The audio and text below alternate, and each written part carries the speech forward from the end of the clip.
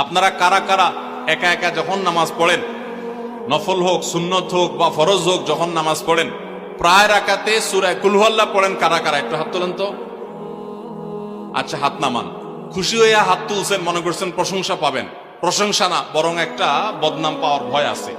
সূরা ইখলাস, এটাকে আমরা সাধারণত কুল হুয়াল্লাহ সূরা বলি, তাই না? ইখলাস মানেটা কি? আমরা যেহেতু এই সূরাগুলো নামাজের মধ্যে সবচেয়ে বেশি পাঠ করি, ঠিক না বেঠিক? এই সূরাগুলো অর্থাৎ শেষের দিককার সূরাগুলো আমরা যেহেতু বেশি নামাজের মধ্যে পাঠ করি, এই সূরাগুলোর অর্থ যদি আমি জানি, ব্যাখ্যা যদি আমি জানি, তাহলে নামাজের মধ্যে মনোযোগ ধরে রাখা সহজ হবে। কারণ আপনি মুখে কি পড়তেছেন আপনি নিজে অর্থ বুঝেন না, মন্ত্রের মতো পাঠ করতেছেন। যদিও না বুঝে পড়লেও আপনি সওয়াব পাবেন, কিন্তু না বুঝে পড়লে তো আর এই কোরআনে আল্লাহ কি বলেছে এটা জানতে পারবেন না। না জানলে সে অনুযায়ী আপনি আমলও করতে পারবেন না। এই জন্য আমাদেরকে বুঝতে হবে। এই জন্য সূরা ইখলাস সম্পর্কে আমরা জানি। ইখলাস এই সূরার নাম, সূরার নাম হলো সূরাতুল ইখলাস বা ইখলাসের সূরা। ইখলাস শব্দের একটা অর্থ হলো পিওর করা, খাঁটি করা।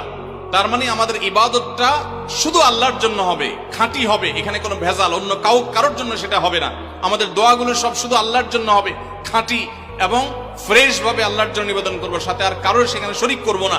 এই জন্য এই সূরার নাম ইখলাস, যে এই সূরার মধ্যে আল্লাহর ইবাদত, একত্ববাদ, তাওহীদ, এটাকে খাঁটি করবার নির্দেশ দেওয়া হয়েছে। আল্লাহর কোনো শরীক নাই, এই জন্য এটাকে সূরা ইখলাস বলা হয়েছে, খাঁটি করার সূরা, ঈমানকে বিশুদ্ধ করা, তাওহীদকে ঠিক করার সূরা।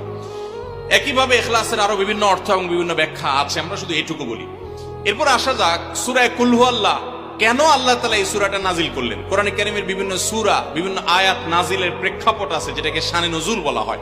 কেন এই সূরা আল্লাহ তাআলা আমাদেরকে দিয়েছেন, এ সম্পর্কে প্রিয় নবী সাল্লাল্লাহু আলাইহি সাল্লামের এক সাহাবী, তার থেকে একটি হাদিস বর্ণিত আছে। সেই হাদিসের আলোকে আমরা জানি যে মক্কার মুশরিকরা, মক্কার কাফিররা, অবিশ্বাসীরা, তারা প্রিয় নবী সাল্লাল্লাহু আলাইহি সাল্লাম যখন তাওহীদের দাওয়াত দিলেন, আল্লাহর পথে আসার দাওয়াত দিলেন, তারা বলল, মুহাম্মদ, আমরা তো সবার বংশ পরিচয় জানি। সেই যুগে মানুষ ওটের পর্যন্ত বংশ পরিচয় জানতো, শিখতো।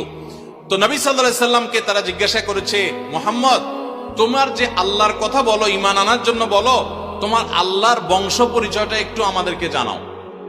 মক্কার মুশরিকদের এরকম হাস্যকর দাবি শোনার পর প্রিয় নবী সাল্লাল্লাহু আলাইহি সাল্লামের প্রতি আল্লাহ তাআলা এই সূরা নাজিল করে তাদের এই প্রশ্নটা যে অবান্তর, আল্লাহ তাআলার যে কোনো বংশ পরিচয় নাই, আল্লাহর যে কোনো জন্মদাতা নাই, তিনি যে কোনো জন্মদাতার মুখাপেক্ষী নন, সে বিষয়টাকে আল্লাহ তাআলা বিশদভাবে এই সূরাতে বিবৃত করেছেন, বর্ণনা দিয়েছেন। এই জন্য ওই প্রেক্ষিতে এই সূরাটা নাজিল হয়েছে। কোন উলামা ইকরাম, কোন মুফাসসিরগণ অবশ্য ভিন্ন আরো একাধিক কথাও বলেছেন। তবে এটি সবচেয়ে প্রসিদ্ধ এবং বেশিরভাগ মুফাসসিরদের মতে এটি, যে সূরা ইখলাস কুল হুয়াল্লাহ সূরা নাজিল হয়েছে মক্কার মুশরিকরা